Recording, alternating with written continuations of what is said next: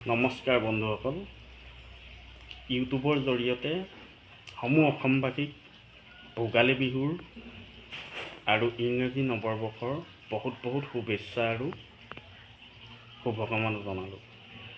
আশা কৰোঁ চবৰে নতুন বছৰটো ভাল হওক তাৰে কামনাৰে।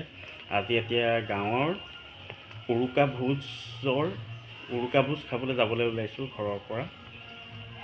বলক ভিডিঅ'টো আৰম্ভ কৰোঁ।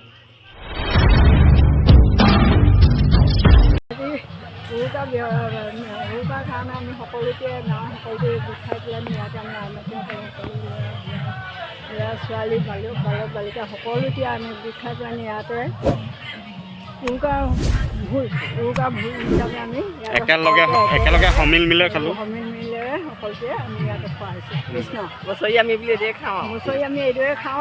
এইটো খুব বেলেগ।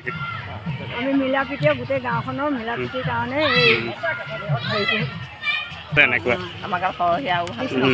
ঠিক আছে, ধন্যবাদ। হেপী মাঘ বিহু ক।